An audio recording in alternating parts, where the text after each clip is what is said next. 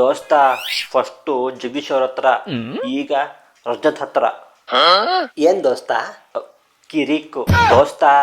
ರಜತ್ಗೆ ನಾವು ಕಾರಣ ಕೊಟ್ಟಾಗ ತುಂಬಾ ಕೇವಲವಾಗಿರುತ್ತೆ, ಅದೇ ಅವನ್ ಕಾರಣ ಕೊಡ್ಬೇಕಾದಾಗ ದೊಡ್ಡ ಸುಪೀರಿಯರ್ ಅಂತ ಅನ್ಕೊಳ್ತಾನೆ.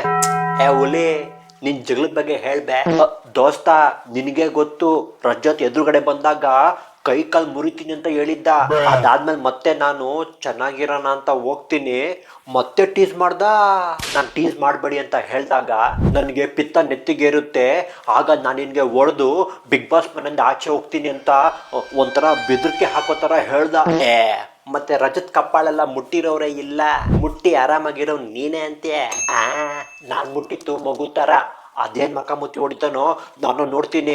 ಹುಲಿ, ರಜತ್ ಹತ್ರ ಏನನ್ನು ತಮಾಷೆ ಕೇಳಕ್ ಹೋಗ್ಬೇಡ, ಕೊಟ್ಬಿಡ್ತಾನೆ.